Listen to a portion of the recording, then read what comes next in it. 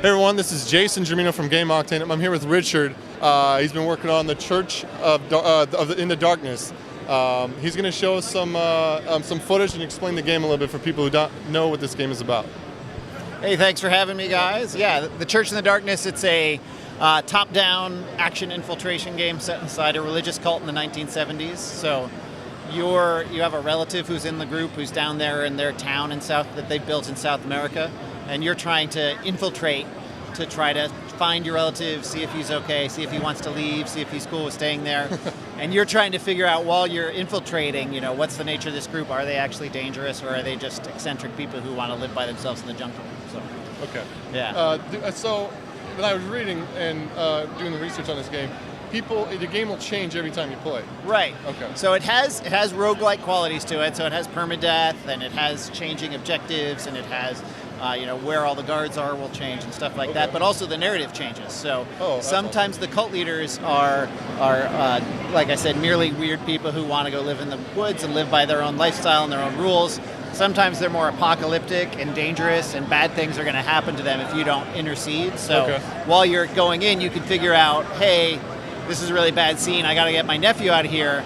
Oh, but maybe I should assassinate the cult leaders too, because there's all these other people there as well who would be hurt if something goes wrong. Or you can decide to just save your person.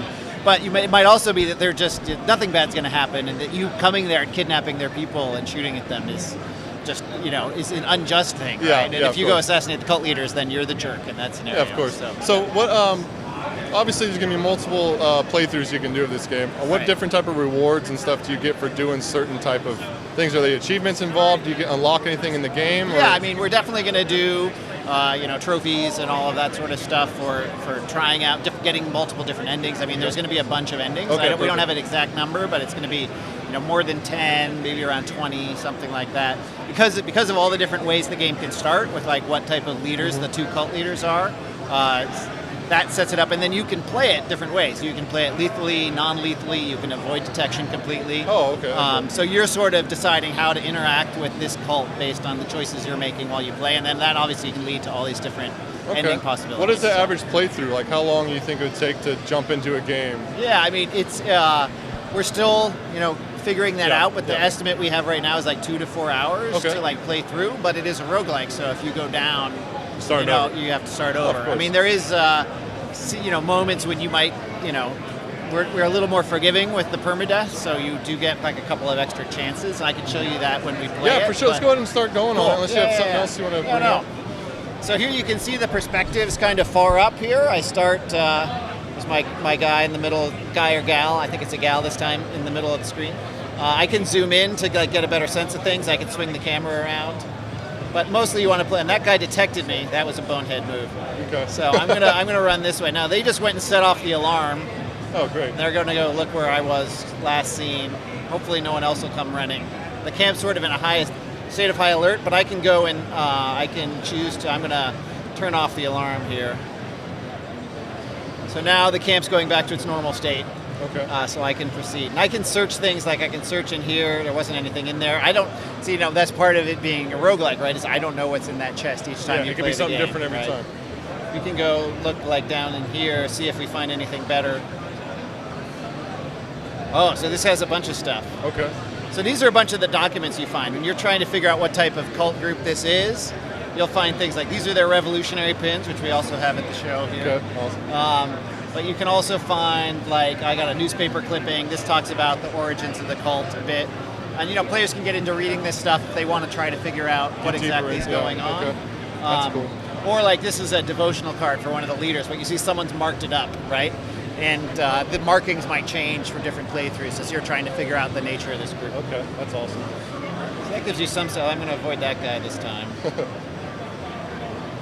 I can sprint. Now I have a gun. I can choose to shoot people, but that's going to make a lot of noise. And I don't know right now if I should be shooting them, right? Yeah.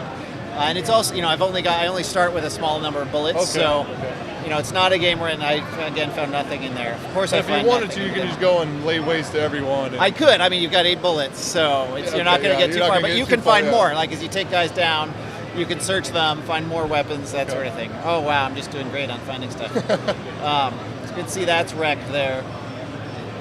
Here's a little chapel. anybody in there right now. You can see they've got, some of their, they got Shay up on the wall. Yeah, They've got a South American poster. Found some more. I found a banana. That's good. If my health was low, I might want that. Now I can go up to this guy, and I can choose to do I'm going to do a non-lethal takedown. So these take a little longer, and the guy's going to get back up eventually. But if someone finds him, they just wake him up, and it doesn't set off the alarm. Okay. Because they just think he's passed out from the heat. Okay. Like that person might wake him up, but I'm going to get out of here before that happens. Oh, that guy spotted me. I'm going to try running this way. Oh, another guy. Oh, this is bad. So I'm going to try everyone has guns? So the guards do, not everybody, okay. but it just happens that's a guard. Oh, there's another. Oh, all right. So they got me, but I've killed one person. Yeah. So I think I'm going to be okay. They've captured me and put me in this cage here. So this is what I was talking about with the permadeath system. Okay. I'm not actually dead. And he's gonna talk to me about, this is the cult leader, Isaac Walker. Okay. Comes out and says, I expected more people would invade the camp. Why are you coming in here by yourself? Well, we're gonna send you back. Because I hadn't murdered too many people, he's gonna let me go. If I had murdered a lot of people, he would just kill me right now. Okay. The game would be over. So it's sort of like an extra life system where you lose the extra lives if you play more aggressively. Right. Okay. So it's another reason to maybe be more careful about what you do. So he's gonna walk off. His henchmen go with him. So I'm just left with this one guy. And I should be able to break out of this cage, but I want to do it just at the time when he's not looking. Okay.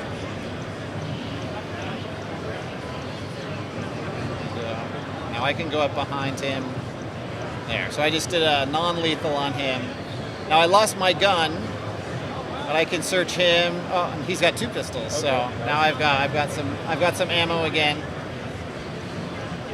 I can go back this way.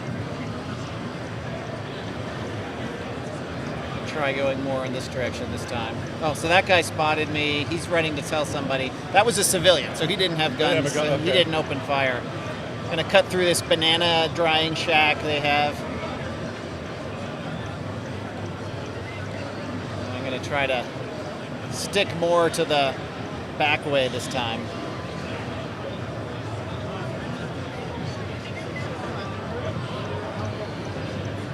Now over here, so this is just a firing range. Okay, that's safe. I'll try going this way. Oh, that guy saw me. I'm just gonna keep running. I could kill that one guy. Like, you have pretty good chances against one person, but. Yeah. So now I'm looking for someone called Thompson, who's going to help me find my nephew Alex. So I'm going to look at. I started off with this postcard. This is a postcard from Alex that you have at the beginning of the game, sent to his mom, where he's like, "Everything's fine. Why are you worried?" But of course, you don't know whether you can really believe him or not. Okay. But he also says, this also comes with this note that says, Thompson is near the north latrine. So I'm going to close this up and see if I find a latrine up here somewhere. I love the handwriting. The detail was cool. I really enjoyed Thanks. that. Yeah. I just tried to make them feel like the real thing would feel, right? Yeah, no, that was really slick. And I can see it. This is a helpful thing. I can use sight cones to sort of see where everybody's looking. Oh, that guy saw me, and I didn't. I'm going to wait here. Maybe I'll take this guy out. And I don't want anyone to come. Oh, that was bad. I think he's running for. I'm going to take the body. Oh no. Oh dear. So the guys with the red hats, they're sort of the captains of the guard. Oh, so that's Alex there. Yeah. They highlighted differently. Thompson, right? Okay. Yeah, he's green. So I can talk to this guy, and he's basically telling me, "Oh, you're looking for Alex. He's on. I think I know where he is. Oh, he's in the chapel on the other side of the river." So he leaves clues, and you basically pop around and do. Okay, that's awesome. Right. And there's a few steps to it. And is this just going to be on PS4? Is that what we're looking at right now? So this is PS4 as well as Steam. Okay. And possibly other consoles as well. Is it on Steam now? No. Okay, not yet. It's all shipping next year. So. Okay. So I'm looking for a way to get to the other side of the river. Oh, this is bad. See, I can. Oh no. Oh, bad.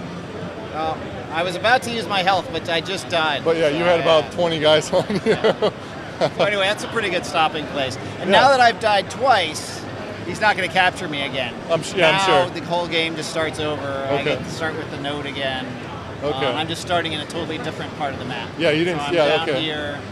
This looks like a cemetery or something. And so Does the map change every single time as well, or is it just the physical story and stuff? No, the parts of the map change as well. So like Okay. where all the guards are, where the resources you find are, where like the ammo and stuff, and also certain physical elements of the map will change as well. Okay. In addition to where you start and where your objectives are. So like Thompson, for example, is in a different place each time I play through the demo.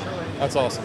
Awesome. Well, thank you so much, Cool. Richard. Yeah. Again, this is the Church in the Darkness. Definitely check this game out if you like the gameplay. We're going to keep in contact with Richard when we get more information, and especially release dates when this game come out. So stay tuned. Thanks so much. Thank you so much Thanks again, a lot, man. sir.